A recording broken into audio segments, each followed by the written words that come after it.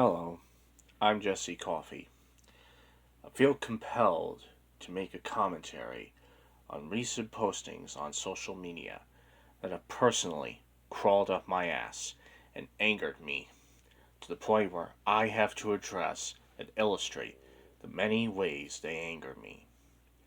The first one is the widely discussed Truth Social post by Donald Trump, who opened it by saying that no president has done more for Israel than I have, and expresses his dismay at the fact that American Jews are not as appreciative of his efforts in that nation as the folks who lived in it, adding that American Jews have to get together and appreciate what they have in Israel before it's too late. The other, longer posting done on Twitter by Sameera addresses a small group of Muslims and Christians in the Detroit suburb of Dearborn who protested the teaching of a sex education book intended presumably for people hitting or having just hit puberty. And the negative response to the protest from people who actually give a crap about the separation of church and state and who feel that children should not be dictated on what educational material they can or cannot read for any religious reason. These crawl up my ass because they are dictatorial in approach and are insulting to the people they claim to want people to respect. Trump in regards to Jews, and Khan in regards to Muslims. I will begin by analyzing Khan's thread on Muslims and sex education, because her thread has not been covered as widely as Trump's inanity, and yet is extremely dishonest in its framing from the get-go.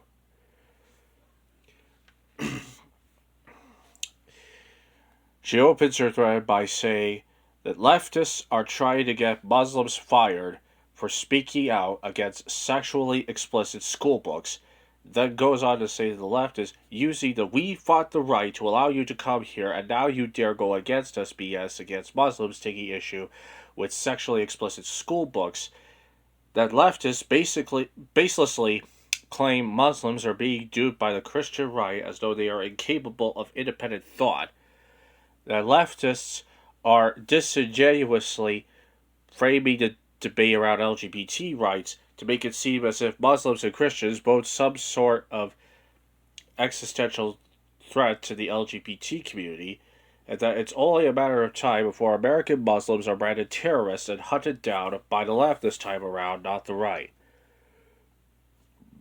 The framing is extremely dishonest for several reasons. For one, it assumes that all Muslims, particularly American ones, are prejudiced against the LGBTQIA+ community. For another, it assumes that all Muslims preach ideologies akin to those of the far right in regards to the LGBTQIA+ community and sex education. For yet another, it asserts that all Muslims have to align with that small group of Dearborn Muslims who adamantly want to ban books educating those who enter puberty about various forms of sex or risk excommunication from the faith. As far as what they're mad at, it's a little book that's been the subject of far-right outrage from, predictably enough, libs of TikTok, whom she cites as a source for the book, as usual, allegedly being porn aimed at the wee ones. The name of it? This Book is Gay. Having looked at the images carefully, I can tell you, my honest opinion, that the outrage has been predictably overblown. The first of these images is the first page of the 9th chapter, titled "The Ins and Outs of Gay Sex." The text in bold has a top paragraph which reads, "If you are a younger reader and feel you aren't ready for the finer details of same-sex pairings, then simply skip this whole chapter." This implies that this particular chapter, and the book with it, are not intended to be read by toddlers, or preschoolers, or kindergartners, or elementary schoolers. The second paragraph says, "We taught you all about straight sex when you were 10 years old during year 6, and they didn't teach you what same sex couples do." This is simply them talking to the middle or high schoolers who are learning about LGBTQIA plus people for the first time. The next two images are basically standard for educational context in these sort of books. I have and still have a book called What's Happening to My Body, which provides educational context on various sexual mannerisms. It was aimed strictly at people who are entering or have already gone through puberty, just like this book is gay is. The book, which was written in 2008, had pages devoted to the same images, presented in precisely the same educational context. The only reason for the outrage is that these images are of pages for a book specifically intended for those who have come out of the closet or are thinking about coming out of the closet. And then we get to the tips on how sex apps function, which I presume are aimed at adult readers, given that they are the only people who can consent to sex at all.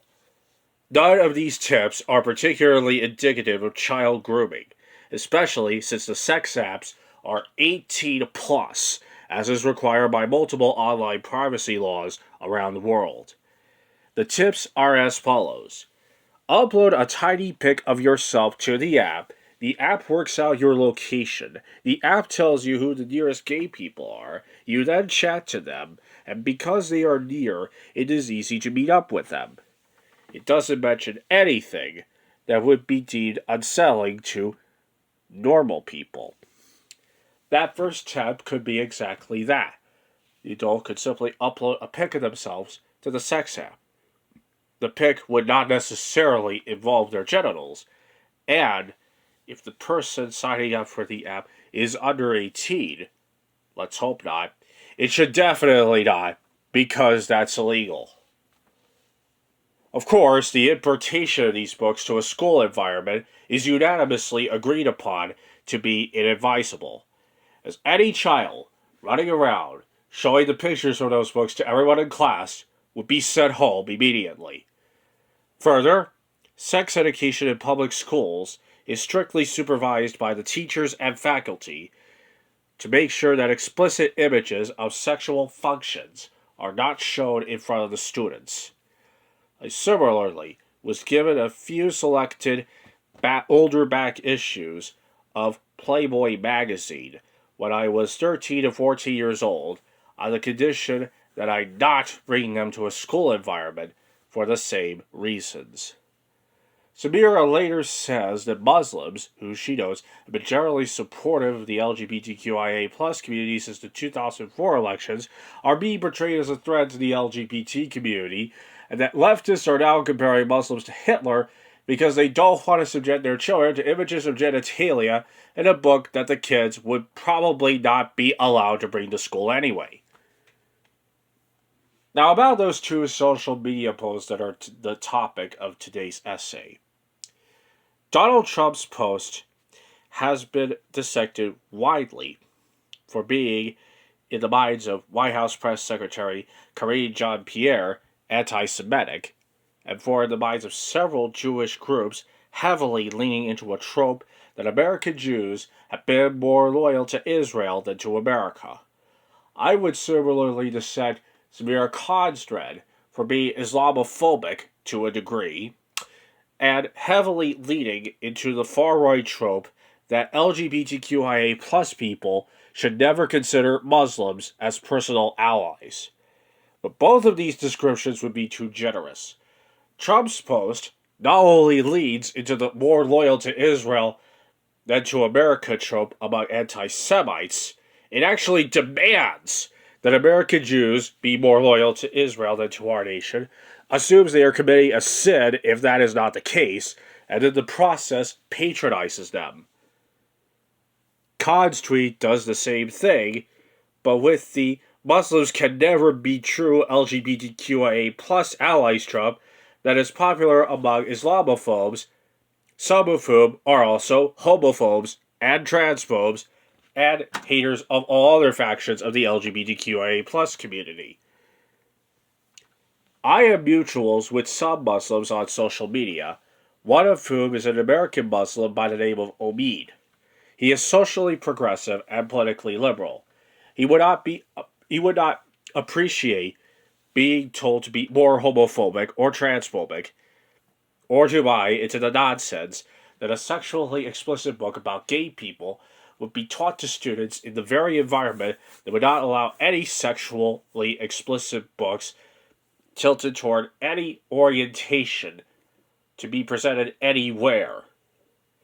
I, as an American Jewish person, can further comment that I felt as though Trump was pushing me around, directing me to worship the land of Israel and its leadership, or else risk excommunication from my own faith.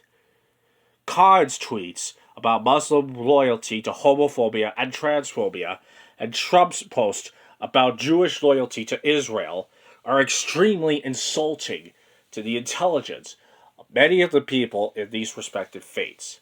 Not all Jews are made to be totally devoted to Israel no matter what. Not all Muslims are made to be homophobic or to buy into the nonsense posted by homophobes on all specters of the internet. For Khan and Trump to be tweeting about the respective faiths as though the opposite is the case really speaks volumes for them in terms of the pandering they've done to far-right tropes and the browbeating they do to people who are Muslim and Jewish, pushing them around, patronizing them, and talking down to them as if they were infants who could not respect anyone or anything. Thank you for listening.